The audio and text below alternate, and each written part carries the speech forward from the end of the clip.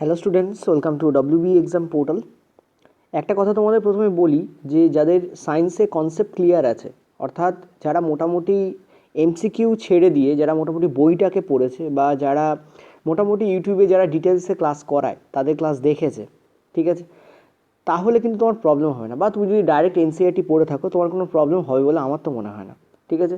Questions যে খুব tough আসছে তা একদমই নয়, আমি বলবো কোশ্চেন্স ঘোরানো আসছে, টাফ নয়, ঘোরানো। এবার তোমরা বলবে দাদা এটা বাড়িতে বসে বলা সোজা, কিন্তু এক্সাম হলে বসে ব্যাপারটা করা কঠিন। দেখো আমি একটা জিনিস বলি, তবুও তো যখন এক্সামের রেজাল্ট বেরোয় তখন দেখা যায় যে অনেক স্টুডেন্টই আছে যারা 70+ স্কোর কার্ড এনেছে, অর্থাৎ আরও বেশি স্কোর কার্ড এনেছে, ঠিক আছে। তো আশা করি তোমরা বুঝতে পারছো যে আমি কি বলতে চাইছি। আমি বাস্তবটাকে ধরছি, এক্সাম মানে তো কোনো ইমোশন নয়, এক্সাম মানে হচ্ছে বাস্তবতা, ঠিক আছে। তো বাস্তবতা কখন আসবে, তুমি বাস্তবতার সঙ্গে পাল্লা দিয়ে কখন লড়তে পারবে, যখন তোমার মধ্যে প্র্যাকটিস নামক একটা জিনিস থাকবে এবং সেই প্র্যাকটিস তোমাকে কনফিডেন্স দেবে, ঠিক আছে। তো সেইটা হচ্ছে ইম্পর্টেন্ট জিনিস, ওকে। তো এই যে দুটো প্রশ্ন তোমাদের দেওয়া হয়েছে, আমি ধরে নিচ্ছি এখানে স্টেটমেন্ট বেসড প্রশ্ন ছিল। তো যদি এখানে আমি জানি না অপশানে কী ছিল, কারণ প্রশ্নগুলো আমাকে দেওয়া হয়েছে, অপশান দেওয়া হয়নি। আর আজকের টোটাল যে শিফট আছে সেটার 7খানা মতো প্রশ্ন আমাকে ডাইরেক্ট দেওয়া হয়েছে, আর কিছু কোশ্চেন্স আমাকে ওই একজন দেয় যেটা হিন্দি স্ক্রিপ্ট থেকে, সেটা আমি পেয়েছি। তো সম্পৃক্ত হাইড্রোকার্বন সম্পর্কে নিচের কোনটি সত্য? দেখো সম্পৃক্ত হাইড্রোকার্বন সম্পর্কে যদি এটাকে আমি ভেবে নিই যে এটা স্টেটমেন্ট বেসড প্রশ্ন ছিল, ডাইরেক্ট প্রশ্ন ছিল না, ঠিক আছে, তাহলে কী কী স্টেটমেন্ট বেস প্রশ্ন আসতে পারে? দিতে পারে যে C2H2 একটি হাইড্রোকার্বন, মানে একটি সম্পৃক্ত হাইড্রোকার্বন, ঠিক আছে। যদি এটা দিয়ে দেয় C2H2 একটি সম্পৃক্ত হাইড্রোকার্বন, ঠিক আছে, তো তুমি বলো এটা কি C2H2 কি সম্পৃক্ত হাইড্রোকার্বন? একদমই নয়। আমি দেখতে পাচ্ছি সি এর, আমরা জানি সম্পৃক্ত হাইড্রোকার্বনে CnH2n+2 হয়, তার মানে সি আর এইচের ভ্যালু কোনো দিনই সেম হতে পারে না। তাও এটা তো আমাদের অপশানে হতেই পারে না, অর্থাৎ এইটার ওপর বেস করে প্রশ্ন দিয়েছে। হ্যাঁ তুমি বলতে পারো আমার পড়তে টাইম লাগবে টাইম, সেটা তো তার জন্যই তো প্র্যাকটিসটা ইম্পর্টেন্ট, ঠিক আছে। ওই জন্য বললাম ইমোশন নয়, বাস্তবতা দেখতে হবে। নেক্সট তোমাদের এরকম প্রশ্ন আসতে পারে যে সম্পৃক্ত হাইড্রোকার্বনে এরকম প্রশ্ন আসতে পারে যে ইথেন সম্পৃক্ত হাইড্রোকার্বন নয়, এমন প্রশ্ন আসতে পারে। সেটাও আমাদের হবে না, আমরা জানি ইথেন, মিথেন, প্রোপেন, অর্থাৎ যেগুলোর শেষে এন আছে, ঠিক আছে, ANE বেসিক্যালি, ঠিক আছে, এই সাফিক্স ইউজ করা হয়। এই সাফিক্স দিয়ে প্রশ্ন তোমাদের গতকাল এসছে। এই সাফিক্স যদি থাকে তাহলে সেটা কি আমাদের সম্পৃক্ত হাইড্রোকার্বন? ইয়েস, সেটা কিন্তু আমাদের সম্পৃক্ত হাইড্রোকার্বন, ঠিক আছে। তারপরে কার্বন কার্বন সিঙ্গেল বন্ড থাকলে সেটা কি সম্পৃক্ত হাইড্রোকার্বন? ইয়েস, সেটা সম্পৃক্ত হাইড্রোকার্বন, ঠিক আছে। তো ক্লিয়ারলি তোমরা দেখতে পাচ্ছ যে সম্পৃক্ত হাইড্রোকার্বনের ক্ষেত্রে আমরা কি করতে পারি, যে তোমাদের এই ধরনের স্টেটমেন্ট বেস প্রশ্ন আসতে পারে সম্পৃক্ত হাইড্রোকার্বনের উপর। সো একটু পড়ে নিও, সম্পৃক্ত হাইড্রোকার্বনের তো প্রচুর ক্লাস আমি দিয়েছি, আশা করা যায় তোমরা পারবে। নেক্সট পরের প্রশ্ন দেখো, বক্র ব্যাসার্ধ নিচের কোনটিকে বলা হয়? দেখো এটা নিয়েও যদি রেল কনসেপচুয়াল প্রশ্ন দেয়, যদি ডাইরেক্ট প্রশ্ন দেয় তো এরকম দেবে যে পোল আর সি এর মধ্যে ডিস্টেন্স, তো ডেফিনেটলি পোল আর সি এর মধ্যে ডিস্টেন্সকে আমরা বক্র ব্যাসার্ধ ধরি। এই যদি আমি তোমাদের অবতল দর্পণ ধরে নিই, অবতল দর্পণের এটাকে তুমি যদি একটা সার্কেল বানাও, ঠিক আছে, কারণ অবতল দর্পণে এটা হচ্ছে সারফেস, এই সারফেসটা গোল হয়, একে যদি তুমি পূর্ণবৃত্তে পরিণত করো, এটা অর্ধবৃত্ত টাইপের হয়, তো পূর্ণবৃত্তে পরিণত করো তাহলে দেখতে পাবে এই যে কেন্দ্রটা এটাই হচ্ছে আমাদের সি, আর এই যে কেন্দ্রে সরাসরি যেটা রয়েছে এটা হচ্ছে আমাদের পি, যেটা কিনা এই যে দর্পণ তার গায়ে অবস্থান করে, তার সারফেস অবস্থান করে। তো এই যে ডিস্টেন্সটা এইটাই হচ্ছে আমাদের বক্র ব্যাসার্ধ, এটা হচ্ছে আমাদের কি বক্র ব্যাসার্ধ, ঠিক আছে, সিপি, অর্থাৎ পোল এবং সেন্টার অফ কার্ভেচারের মধ্যে ডিস্টেন্সকে, পোল এবং সেন্টার অফ কার্ভেচারের মধ্যে ডিস্টেন্সকে আমরা কী বলি? বক্র ব্যাসার্ধ বলি, ঠিক আছে। এবার প্রশ্নটা এভাবে দিতে পারতো যে যদি স্টেটমেন্ট বেস প্রশ্ন রেল প্রেফার করে, এখন করছে, তো যদি এভাবে দেয় যে অবতল দর্পণে পোল এবং সি এর মধ্যে ডিস্টেন্সকে, উত্তল দর্পণে পোল এবং সি এর মধ্যে ডিস্টেন্সকে, যে কোনো দর্পণে পোল এবং সি এর মধ্যে ডিস্টেন্সকে, আর একটা তোমাদের বলে দিল যে গোলীয় দর্পণে পোল এবং সি এর মধ্যে ডিস্টেন্সকে, তো ডেফিনেটলি আমি গোলীয় দর্পণটাকে কারেক্ট করবো, কারণ গোলীয় দর্পণেই বক্রকেন্দ্র দেখা যায়। কারণ বক্র শব্দের অর্থ কি? বক্র শব্দের অর্থ এইটা বাঁকা আর এটাকে সার্কেলে পরিণত করলে যে মানে ব্যাসার্ধ উৎপন্ন হয়, তো বক্র হবে তবেই তো তার বক্র ব্যাসার্ধ হবে। তুমি যদি সমতল দর্পণ ধরো, তো সমতল দর্পণ তো বক্র নয়, তো সমতল দর্পণে কিন্তু বক্র ব্যাসার্ধ দেখা যাবে না, দেখা যাবে কিন্তু গোলীয় ব্যাসার্ধ, গোলীয় দর্পণে। আর গোলীয় দর্পণ আমরা জানি দুই প্রকারের হয়, একটা হচ্ছে অবতল দর্পণ আর দুই উত্তল দর্পণ। এইবার তোমরা বলবে স্যার লেন্সও তো গোলীয়, অর্থাৎ লেন্সও তো গোল গোল হয়, তো লেন্সে কি দেখা যায়? না, লেন্সে দেখা যায় না। লেন্সে এটাকে আমরা বক্র ব্যাসার্ধ বলি না, পয়েন্ট টু বি নোটেড, লেন্সে এটাকে আমরা বক্র ব্যাসার্ধ বলি না, কারণ লেন্সে কী হয়, পি থাকে, তারপর এফ থাকে, তারপর 2f থাকে, ঠিক আছে। সো এই ডিস্টেন্সকে আমরা ফোকাস, আর এই টোটালটাকে আমরা কিন্তু বক্র ব্যাসার্ধ বলি না, ঠিক আছে, এটা তোমাদের মাথা রাখতে হবে। এটাকে আমরা 2f ডিস্টেন্স বলি, এটাকে বক্র ব্যাসার্ধ বলা হয় না। বক্র ব্যাসার্ধ শব্দটা কিন্তু পারফেক্টলি খাটে তোমাদের দর্পণের জন্য। তো এই দুটো আমরা গোলীয় দর্পণ হয়, মনে রাখবো সমতল দর্পণেও বক্র ব্যাসার্ধ দেখা যায় না। এখানে মুছেও দিচ্ছি সমতল লিখে, মানে মুছে বলছি, কেটেও দিচ্ছি, ঠিক আছে, সমতল দর্পণে কিন্তু বক্র ব্যাসার্ধ দেখা যায় না। তো এইটুকু হচ্ছে কনসেপ্ট, তোমাকে মাথায় রাখতে হবে। চলো পরের প্রশ্ন। নেক্সট প্রশ্ন টিন্ডাল এফেক্ট, ঠিক আছে। তো টিন্ডাল এফেক্ট নিয়ে গতকালও ফার্স্ট শিফটে প্রশ্ন এসেছিলো, যদি আমি সেকেন্ড শিফট থার্ড শিফটের রিভিউ এখনও দিতে পারিনি, কারণ সত্যি কথা বলতে সময় হয়নি, ঠিক আছে। চেষ্টা করছি আজকে দেওয়ার তোমাদের গতকালেরটা। তো তোমরা তো দেখেও নিয়েছো, ঠিক আছে। সো বেশি দেরি হয়ে গেলে আমি ভাবি তোমরা দেখে নিয়েছো, ওই জন্য আমি আর দিই না, শুধু তোমাদের সময় নষ্ট করে কী হবে। তো টিন্ডাল এফেক্ট, ঠিক আছে। দেখো টিন্ডাল এফেক্ট কাকে বলে আমি তোমাদের বলেছিলাম, যখন 40 থেকে, ঠিক আছে, 40 থেকে যখন তোমাদের 900 ন্যানোমিটারের পার্টিকেল পাওয়া যায়, এই আকারের যদি পার্টিকেল পাওয়া যায়, 900 ন্যানোমিটারের পার্টিকেল যদি পাওয়া যায়, এবং তাদের উপর যদি কোনো আলো এসে ঠিকরায় এবং তারপর যদি সেটা বিক্ষিপ্ত হয়, বিভিন্ন দিকে বিক্ষিপ্ত হয়ে যায়, তখন এই যে বিক্ষেপণ হচ্ছে, মানে স্ক্যাটারিং হচ্ছে, তার জন্য টিন্ডাল এফেক্ট দেখা যায়। পাশে তোমরা একটা ছবি দেখতে পাচ্ছ, এই যে ছবি, এটাই হচ্ছে তোমাদের টিন্ডাল এফেক্টের ছবি, ঠিক আছে। দেখতে পাচ্ছ গাছের যে ক্যানোপি রয়েছে বা আস্তরণ রয়েছে, তার মধ্যে দিয়ে যখন লাইট আসছে, তখন আমরা যেন এরকম মনে হয় যেন লাইট কোন দিকে যাচ্ছে সেটা আমরা দেখতে পাই। সরাসরি আমাদের চারপাশে যখন লাইট থাকে আমরা দেখতে পাই না, কিন্তু গাছের এরকম আস্তরণের মধ্যে দিয়ে যখন যায় তখন আমরা দেখতে পাই। এটাকে আমরা টিন্ডাল এফেক্ট বলবো। এটা মেনলি স্ক্যাটারিংয়ের কারণে হয়, যখন যে পার্টিকেলগুলো থাকে, বায়ুর যে ধূলিকণা, সেটা যদি 400 থেকে 900 ন্যানোমিটারের মতো হয়, এর মধ্যে হতে হবে, এর বেশি হলে কিন্তু সেটাকে টিন্ডাল এফেক্ট বলবো না, আর হবেও না সেখানে টিন্ডাল এফেক্ট, ঠিক আছে। নেক্সট পরের প্রশ্ন, যে সলিনয়েডে তড়িৎ প্রবাহের দিক এবং চৌম্বক ক্ষেত্রের সম্পর্ক। তোমরা জানো আমি তোমাদের এইটা যখন আমি এক্সাম্পলারের ম্যাগনেটিক ফিল্ডের যে ভিডিও আছে করিয়েছি, তাতে কিন্তু আমি তোমাদের পরিষ্কার বলেছি। দেখো এখানে ভিডিওর ছবিটাও আসছে। তো এইটা কি হবে, দেখো আমরা জানি যদি একটা সলিনয়েড বলতে কী বোঝায়, এই ধরো একটা iron core, soft iron core, আর তার চারপাশে তুমি যদি তারের কুণ্ডলী পাকাও, ঠিক আছে, তারের কুণ্ডলী পাকাও, তাহলে সেটাকে আমরা সফট আয়রন কোর, এটাকে আমরা কি বলি, তারের কুণ্ডলী বলি, ঠিক আছে। আর এর যদি এদিকে আমরা মানে ইলেকট্রিক দিই, দেখতে পাচ্ছি এইভাবে ইলেকট্রিকটা প্রবাহিত হচ্ছে, এইভাবে ইলেকট্রিকটা প্রবাহিত হচ্ছে, ঠিক আছে, এইভাবে ইলেকট্রিকটা প্রবাহিত হচ্ছে। আর তুমি যদি তোমার হাতটাকে এইভাবে রাখো, এইভাবে কীভাবে রাখছো তুমি ক্লিয়ারলি দেখো, আমরা সেইভাবে রাখছি যেদিকে ইলেকট্রিক যাচ্ছে। দেখো এই যে এক একটা, এইগুলোকে আমরা আঙুল হিসেবে নিচ্ছি, এইগুলোকে একটা কী হিসেবে নিচ্ছি, আঙুল হিসেবে নিচ্ছি। দেখো এই দেখো এখানে তোমাদের রয়েছে একটা আঙুলকে আমরা এইভাবে নিয়েছি। তাহলে তোমার রাইট, আচ্ছা এইটা কিন্তু লেফট থাম্ব নয়, এটা কিন্তু রাইট, ঠিক আছে, রাইট হ্যান্ড কার্ল রুল, ঠিক আছে, রাইট হ্যান্ড কার্ল রুল বলা হয়, বা অনেক নাম আছে, রাইট হ্যান্ড সলিনয়েড রুলও বলা হয় একে, ঠিক আছে। তখন তুমি দেখবে তোমার যে বুড়ো আঙুল সেটা এই দিকে ডিনোট করে, এই দিকে ডিনোট করে, ঠিক আছে। এই দিকটা হচ্ছে তোমাদের নর্থ, আর এইটা হচ্ছে তোমাদের সাউথ, অর্থাৎ তোমার আঙুলগুলো ইলেকট্রিকের প্রবাহকে ডিনোট করবে। দেখতে পাচ্ছ তোমার আঙুলগুলো কাকে ডিনোট করছে, ইলেকট্রিকের প্রবাহকে। তখন তোমার বুড়ো আঙুল যেদিকে ডিনোট করবে তোমার ডান হাতের, সেটা তোমাদের হয়ে যাবে কি সলিনয়েডের নর্থ, ঠিক আছে। আর যেটা উল্টো সেটা তো সলিনয়েডের সাউথই হবে। এর আর একটা নিয়মও আছে, ক্লক ফেস রুল। তো এটা সব থেকে ইজি বলে এটা দিয়ে দ্রুত বোঝা যায়, ঠিক আছে। চলো নেক্সট আমরা পরের প্রশ্নে যাব। এই 5 আর 6 তো পড়তে পড়তে পুরনো হয়ে গেল, ঠিক আছে। ফেরাস সালফেট আজকেও পড়েছে, তবে জানি না এগুলো বেসিক্যালি পড়েছি কিনা সত্যি কথা বলতে, কারণ আমার সন্দেহ হয় এত যদি রিপিট করে রেল, তাহলে সেটা একটু সন্দেহ হয় তো বটেই। এটা ফেরাস সালফেট, এটা সবুজ কালারের হয় আমরা জানি, ঠিক আছে।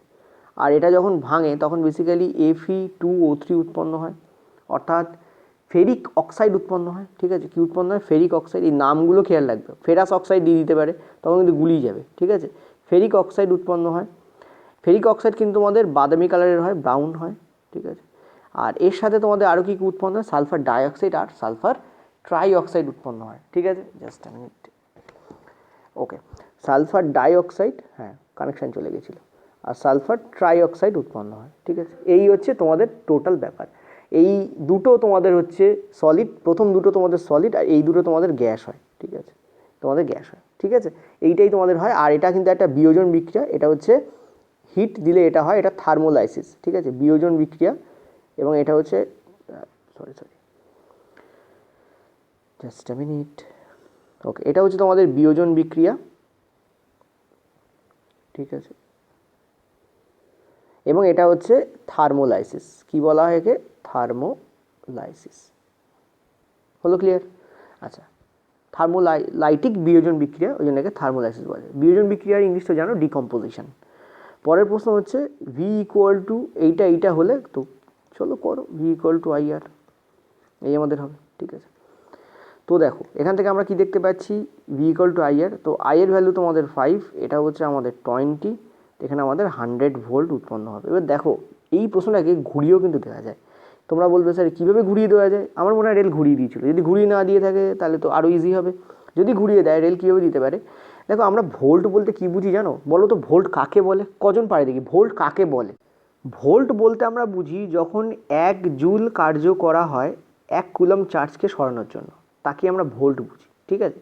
খুব যদি আমি রাফ অ্যান্ড টাফলি বলি, ভোল্ট বলতে কি বোঝায়, 1 joule per 1 second, 1 coulomb, 1 joule per 1 coulomb, অর্থাৎ 1 জুল কার্য করতে হয় 1 কুলম চার্জ সরাতে গেলে।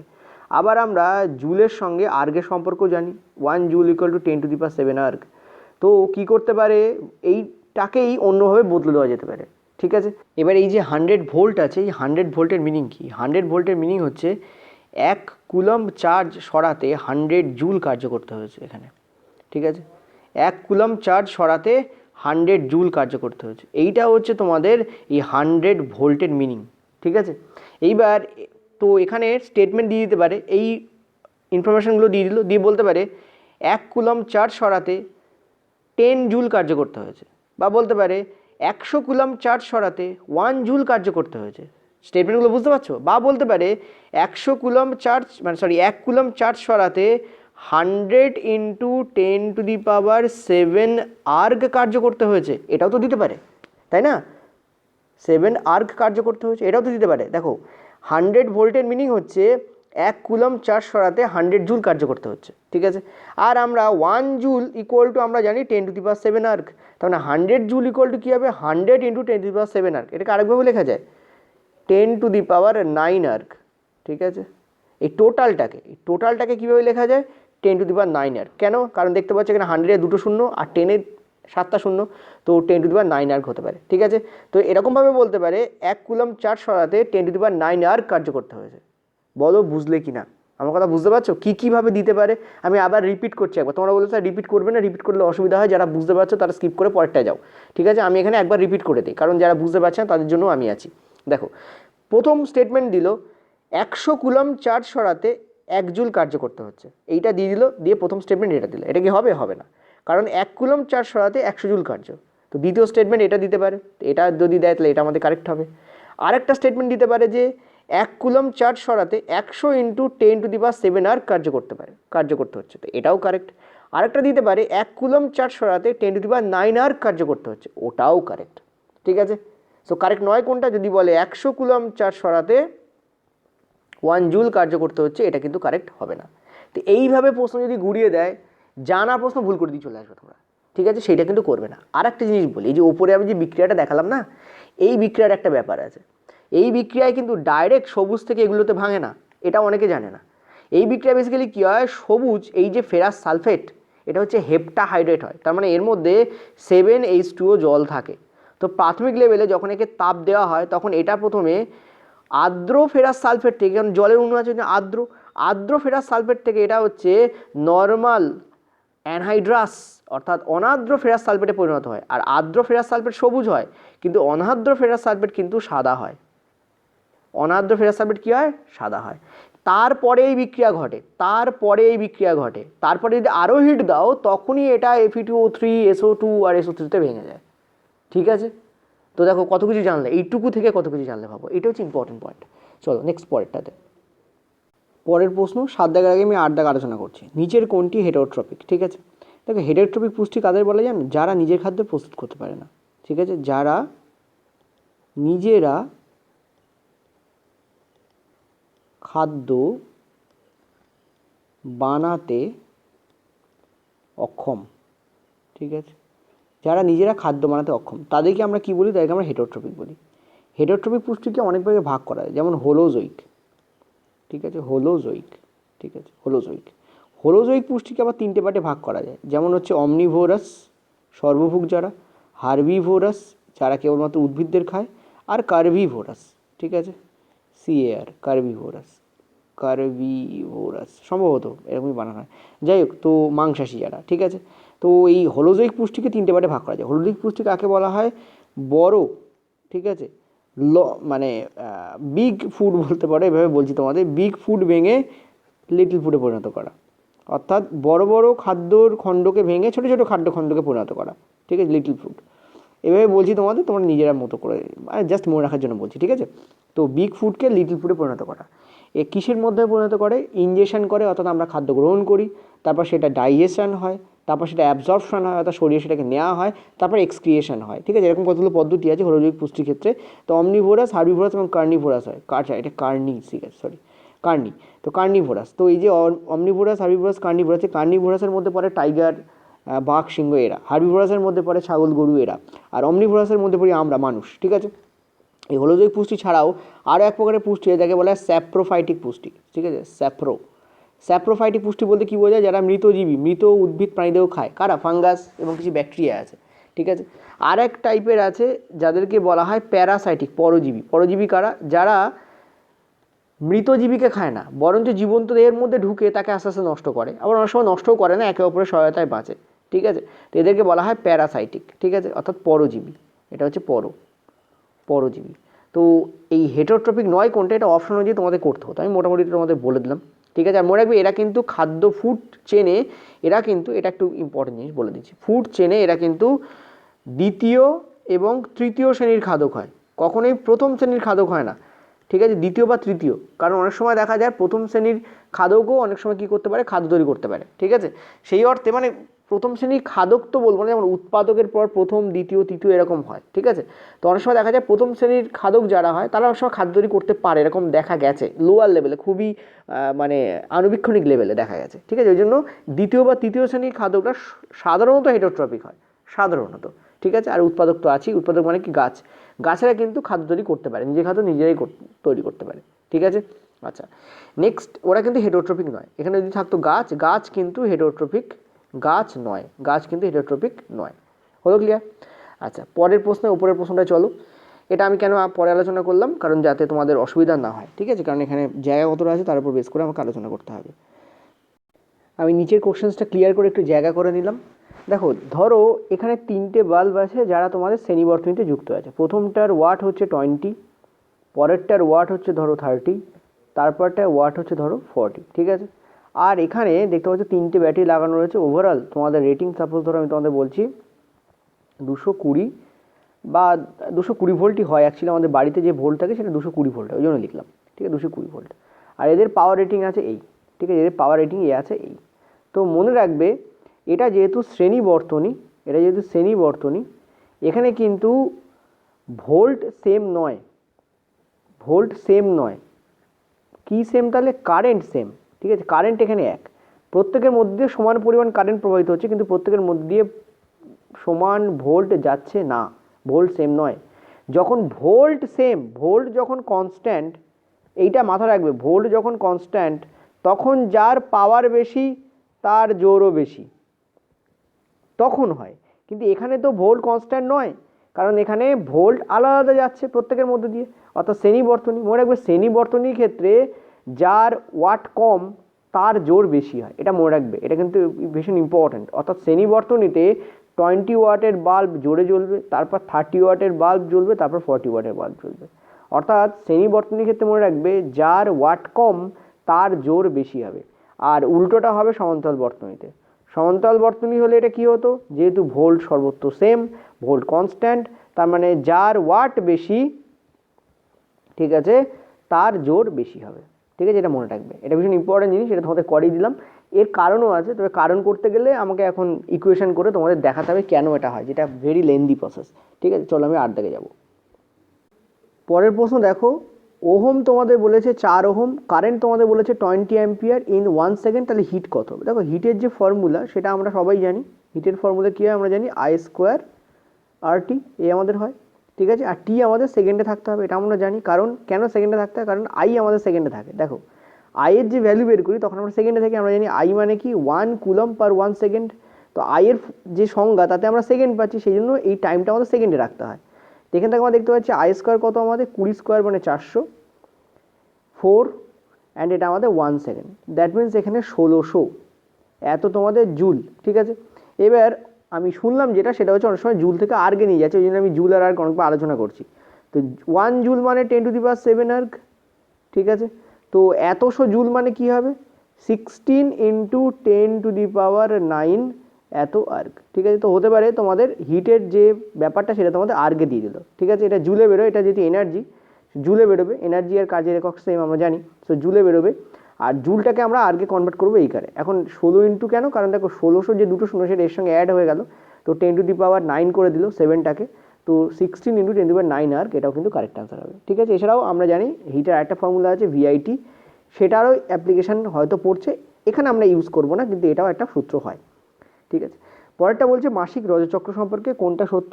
আমি এর পুরোটা পাইনি, কিন্তু একজন বললো দাদা হরমোন নিয়ে কিছু ছিল। তো যদি হরমোন নিয়ে কিছু থেকে থাকে তাহলে আমরা জানি যখন সেটা ইউটেরাসের লাইনিংটা যখন রিপিল হচ্ছে, মানে ইউটেরাস মানে জরায়ু, জরায়ু গাত্রের যে লাইনিং, ঠিক আছে, জরায়ুর লাইনিং, লাইনিং শব্দের অর্থ কি, একটা আবরণ তৈরি হয়, সেই আবরণটা লাইনিং, জরায়ুর লাইনিং যখন বেরিয়ে যাচ্ছে, ঠিক আছে, তখন কিন্তু কাজ করে প্রোজেস্টেরন এবং ইস্ট্রোজেন, ঠিক আছে, তখন কিন্তু এরা কাজ করে, মেনলি প্রোজেস্টেরন কাজ করে। কিন্তু তার আগের পর্যায়গুলোতে কিন্তু ফলিকল স্টিমুলেটিং হরমোন কাজ করে, ঠিক আছে, এফএসএইচ এবং এলএইচ কাজ করে, ওকে। তো কী দিয়েছিল লাইনটা সেটা দেখতে হবে আমাকে, এটা গেল প্রথম কথা, আমি এক্সাক্ট লাইন পাইনি। 2 নম্বর যেটা পয়েন্ট মনে রাখবে, আর্ক লাইন আমি এসছে আমার কাছে, সেটা হচ্ছে যে জরায়ু গাত্রের একটা, জরায়ুর কী হয়, একটা সংকোচন হয়, এটাও কিন্তু কারেক্ট, জরায়ুর সংকোচন হয়। কেন, কারণ জরায়ুর সংকোচন না হলে এই জরায়ুর যে ওপরে যে একটা কভার তৈরি হয় এন্ড্রোমেট্রিয়াম, জরায়ুর যে একদম ভিতরের যে স্তর তাকে এন্ড্রোমেট্রিয়াম বলা হয়, সেই এন্ড্রোমেট্রিয়ামের যে লাইনিং সেটা মোটা হয়ে যায়, কভার দিয়ে মোটা হয়ে যায়, ঠিক আছে। কারণ ওখানেই যদি কোনো শুক্রাণু থাকে তাহলে ডিম্বাণুকেও ফার্টিলাইজ করে এবং তার ফলে যে বেবি তৈরির প্রক্রিয়া সেটা চলতে থাকে, ঠিক আছে। তো আমি তোমাদের বলেছিলাম, মনে করে দেখো বড় ভিডিওতে, যে বেবির জন্য একটা বিছানা প্রস্তুত রাখে প্রাকৃতিক উপায়ে মায়ের দেহে, তো সেটাই হচ্ছে এন্ডোমেট্রিয়াম স্তর। এবার এন্ডোমেট্রিয়াম স্তর, দেখো শুক্রাণু নেই, সো ডিম্বাণু ফার্টিলাইজ হয়নি, সো পুরো প্রসেসটা আবার কী হবে, আবার শুরু হবে, ওটাকে বের করে দেবে, পুরনো বিছনাপত্র সব দেহ থেকে বের করে দেবে প্রাকৃতিকভাবে। সো জরায়ু সংকুচিত হয় যাতে ওই এন্ডোমেট্রিয়ামের যে লাইনিংটা মোটা হয়ে গেছিলো সেটা যাতে ওখান থেকে দেহ থেকে কেটে বেরিয়ে যেতে পারে, কারণ দরকার নেই যা সেটাকে দেহ বর্জ্যভাবে এবং দেহ থেকে বের করে দেয়, ঠিক আছে। তো জরায়ু সংকোচন কিন্তু এখানে হয়, তো দুটোই আমাদের কারেক্ট হবে এবং কী হরমোন বলেছিল তার উপর দেখতে হবে, ঠিক আছে। এটা একটু বড় সড়ো প্রশ্ন ছিল, স্টেটমেন্ট বেস ছিল। চলো পরের যে স্লাইড সেখানে যাব। 12 দাগ তো খুব কমন প্রশ্ন, লেড নাইট্রেট, অনেকবার পড়েছে তোমাদের, ঠিক আছে। লেড নাইট্রেট, লেড নাইট্রেটকে তুমি যদি পটাশিয়াম আয়োডাইডের সাথে বিক্রিয়া করো তাহলে PbI2 উৎপন্ন হয়, অর্থাৎ লেড আয়োডাইড উৎপন্ন হয়। এটা একটা হলুদ রঙের, আমি তোমাদের বলেছিলাম যে একটা অদক্ষেপ, তার সঙ্গে কি হয়, KNO3 উৎপন্ন হয়, ঠিক আছে, KNO3 জাস্ট, অর্থাৎ পটাশিয়াম নাইট্রেট উৎপন্ন হয়, ঠিক আছে। এই হচ্ছে টোটাল ব্যাপার। তো এটার উপরে একটা বিক্রিয়া পড়েছিল, আর এখানে এই বিক্রিয়াটা হয়, এটা হচ্ছে ডবল ডিসপ্লেসমেন্ট রিঅ্যাকশন, ঠিক আছে, DOUBLE, ডবল ডিসপ্লেসমেন্ট, মানে দ্বি প্রতিস্থাপন বিক্রিয়া, ডিসপ্লেসমেন্ট, ঠিক আছে। আচ্ছা, ওপরের প্রশ্নটা দেখো, তোমাদের বলছে চৌম্বক ক্ষেত্রের ওপর যদি বলের প্রভাব হয়, তো আমরা সবাই জানি যে যদি তোমার তর্জনী, ঠিক আছে, তোমার তর্জনী সবসময়ের জন্য মনে রাখবে ম্যাগনেটিক ফিল্ডকে রিপ্রেজেন্ট করে, যদি ম্যাগনেটিক ফিল্ডকে বি দিয়ে লেখা হয়, তাহলে তোমার মধ্যমা রিপ্রেজেন্ট করবে কারেন্টকে, তাহলে তোমার যে ডাইরেকশন হবে তোমার মুভমেন্টে, ঠিক আছে, সেটা আমাদের কী হবে, মানে অ্যাকচুয়ালি ফোর্সের, ঠিক আছে, এখানে ফোর্সের যে ডাইরেকশন হবে সেটা তোমার বৃদ্ধাঙ্গুষ্ঠ আলোচনা করবে, ঠিক আছে, মানে বৃদ্ধাঙ্গুষ্ঠ তোমাকে রিপ্রেজেন্ট করবে। এই দেখো দেখতে পাচ্ছ, এইটা হচ্ছে ডাইরেকশন অফ ফোর্স হবে, ঠিক আছে। এইদিকে ওপরে যেটা যাচ্ছে এটা হচ্ছে আমাদের মধ্যমা, সো এটা আমাদের হবে কারেন্ট, আর এদিকে তোমার যেটা গেছে এই যে এটা তোমাদের কি হবে, ম্যাগনেটিক ফিল্ড হবে। তো এর উপরে বেস করে কিছু প্রশ্ন তোমাদের দেওয়া হয়েছিল, এক্স্যাক্টলি প্রশ্ন আমি পাইনি, তো বলা হয়েছে বল তড়িৎ প্রবাহের উপর সম্পর্ক, তো এইটা আমাদের হবে, এটা আমাদের ফ্লেমিংয়ের লেফট হ্যান্ড রুল, ঠিক আছে, Fleming's left hand rule, left hand rule, ঠিক আছে, ফ্লেমিং লেফট হ্যান্ড রুলের উপর কাজ করে। পরের প্রশ্ন 13 দাগ বলছে নিচের কোন গ্রুপ অধাতব এবং অ্যাসিডিক অক্সাইড তৈরি করে। এখন দেখো গ্রুপগুলোর অপশান তো আমি পাইনি, তবে টোটাল যদি গ্রুপের কথা বলতে হয় তাহলে হ্যালোজেন যে গ্রুপ আছে এটা টোটালি অধাতুযুক্ত একটা গ্রুপ, কারণ বাকি গ্রুপগুলোতে কিছু না কিছু ধাতু বা মেটালয়েড থাকে, ঠিক আছে।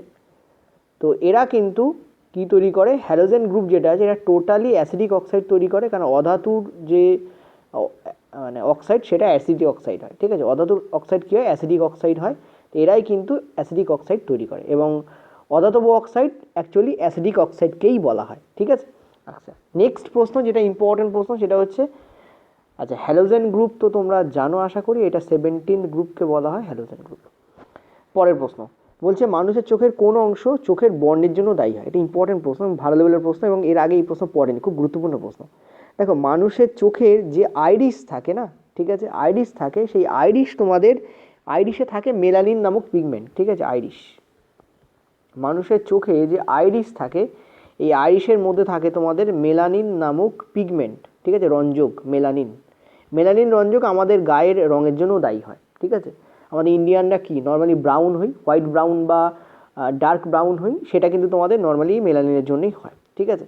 তো এই যে আইরিস, এরও যে স্ট্রমা থাকে, তার মধ্যে থাকে মেলানিন নামক একটা পিগমেন্ট বা রঞ্জক। এই রঞ্জক স্থির করে, যদি রঞ্জক খুব বেশি হয়ে যায়, আমাদের eye colour normally brown to black, ঠিক আছে, এই রেঞ্জে যায়। অনেক সময় দেখা যায় সেটা নীলাভ হয়ে যায়, ঠিক আছে, নীল অর্থাৎ ব্লুইশ কালার দেয়, ঠিক আছে।